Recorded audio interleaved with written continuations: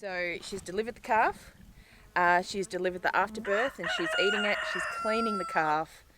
We've seen the calf feeding. It's all working perfectly. Oh, and it's so cute. It's Thursday, December 12th, and oh boy, are we getting close with Summer's pregnancy. It's going to be a hot one today, and on these sorts of days we're checking on the animals quite a lot during the day, and of course Summer looks like she's nearly on the verge of dropping her baby. Trust it to be on a horrible, scorching hot day, but you know, it might still be a few days away. So on the 4th of December, Mel from Bee-farmstead sent me a message and said, how's Summer's udder looking? And I was like, oh, I haven't really noticed that much of a difference, really. Kind of had a closer look. Yes, there was growth there. There was, apart from her getting like wider and looking pregnant and me being able to feel the kicks, there wasn't a lot of other signs that anything was imminent, right? And we don't know the exact date because she was naturally impregnated and not artificially inseminated. At that time I was sending Mel photos and she said maybe feed her up a little bit more, I want to see better condition on her, a bit more meat like around those kind of hip bones leading into the pregnancy, because you want them to have enough condition on them that they've got it there to get through a healthy pregnancy, but then you don't want them overweight because that can impede the baby turning and being able to birth like easily. It was just a few weeks ago that I started seeing signs of mucus, and just this week that I felt like her udder like really expanded and started protruding out the back. And just yesterday I saw another clear sign that we're getting close. So excited. So let me show you. That's young Evie over there. That is Summer's company, and here's the lady in question having her breakfast. Good morning. Hey. So she's like attentive, happy. You love the camera, don't you? Okay, so what I want to show you is around the back. I'm just going to go around your back end. Got her tail, which is quite easily movable, not super easily movable. She's quite swollen. Oh, and she's walking away. She's kind of coughing a bit. I don't know if that's a sign. And she's really like, it's hard picking up those back legs. She's walking slower. She's walking with those back legs quite wide. Okay, so we're swollen at the back there. Look at this udder. Very full from the back. Remember, she's a first time mama. Maybe that's why it's not hanging super low, but it's projected a lot at the back as well. And notably, let's see if we can see, she's getting milk streaming. I've seen it out of, I think, pretty much everyone. She's had some milk streaming. Oh, there we go, we're dripping. You can see the milk has been dripping on her legs during the night. She's laying in dirt, so she looks a bit grotty. Oof. It's already like getting so warm. Flies are out. Also be looking for changes in behaviour. And yeah, basically coming down and checking on her every few hours, because we want to check on their just water and how they're going in this heat. But then we've also got to keep an eye on potential baby progress, which might happen anytime over the next few days. My original guesstimation, like based on what Mel had told me, was 14th of December, hoping it's not over Christmas. But you know these animals. The most inconvenient times, right? Oh my God. Really? I'm sure. As soon as it was light enough, I was looking out the window. I could see Summer licking at something. I'm like, I can't see anything. Got excited for a second, thinking it might be a baby. And I'm like, oh no, it's not a baby. What a letdown. But I'm coming out and could see a little thing walking around her feet. Good girl, Summer. Summer, good girl. Yeah, she must have given birth down there because there's a big bit of afterbirth on the ground. Oh, so she's afterbirth as well. That's Well, oh no. That must have been what she was licking. It was a success. Oh. Oh.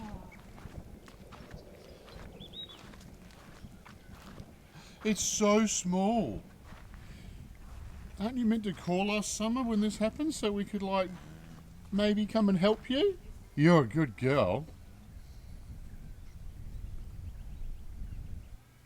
We've got to think of some names now. Oh, you're a good mama, Summer. You message her, Mel? Yeah. Yeah, straight away. She'll be up. She'll love it. Is there anything that we need to do or anything? We'll just leave her to it for a while. But as far as everything looks so far, it's like Yeah, look. everything looks textbook how it's meant to go. So she's delivered the calf. She's delivered the afterbirth and she's eating it. She's cleaning the calf. We've seen the calf feeding. The calf's had is pooing. So, and she's just, she's being very attentive mama. It's all working perfectly. Oh, and it's so cute. So yesterday, further signs I saw, but I wasn't quite sure, was that she was very restless, and she wasn't really lying down and standing up a lot, but she was wandering around. She was scratching at the dirt a lot. All 4 of her quarters had started milk streaming. So I saw the last one start streaming yesterday. Oh, I can see the baby eating now. And she was definitely irritated because she wasn't letting me really come near her.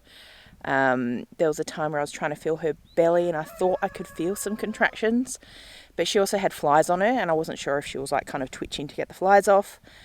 I'm like, okay, she probably won't give birth overnight. Well, I wasn't sure, but I was pretty confident that it would be probably in the next couple of days, but it has happened. Oh, and the baby's eating.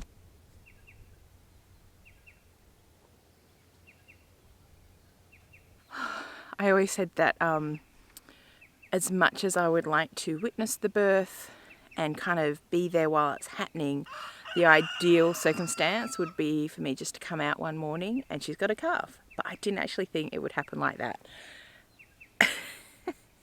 That would be ideal because that means she's just managed the whole birth process herself, and that is exactly what has happened.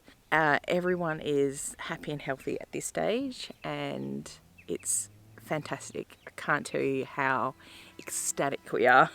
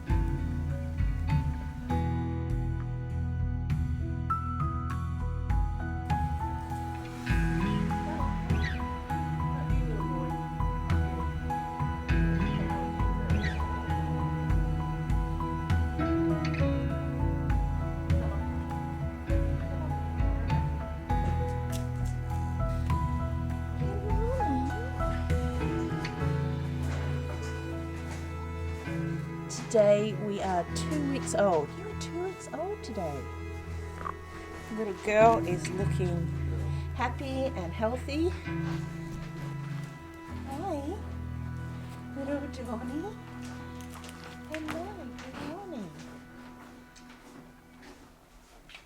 So 2 weeks in, she is doing fantastic. She is feeding well. Summer's being a great mum. And in fact, Summer's being such a great mum that we decided to try to foster another calf onto her. So we have more babies on the homestead. So this little boy calf was from a dairy. He needed a home and we picked him up on Christmas Eve, and Summer has been doing really well with him. She's not super keen on letting him kind of free feed just yet. She'll kind of like bump him and like kick him out of the way, but she's happy to have him around her. She's like sniffing at him and licking at him a bit, and she'll let him feed in the stanchion, and I'll just show you that. So we've got a little friend for Dawny.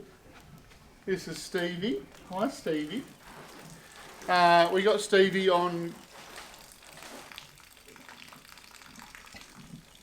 Big House. So we got Stevie from a dairy down south on Christmas Eve, the 24th. I went down and saw my mum, and we done a bit of a detour and brought young Stevie back. So we think he was between sort of 1 and 2 weeks old. And we've been trying to... No, you're not done yet. So we've been trying to get him to drink off Summer. The first day was like, he must have been pretty hungry because he was like way keen. And he was trying to drink from her feet, her elbows, her head, like just my knee, my leg, like just everything. So, but after a few days, he's really calmed down. He is a bull calf. He will be becoming a steer. But yeah, no, he's going great, and they're getting on fine. And now we've got someone comes into the stanchion every morning for breakfast, and maybe some snacks in the afternoon. Now, I know you haven't seen us do the next sort of little stage in here yet, but that's coming soon. And there's more work to happen in here as well. What is he doing? Where are you going? Yeah, take this out.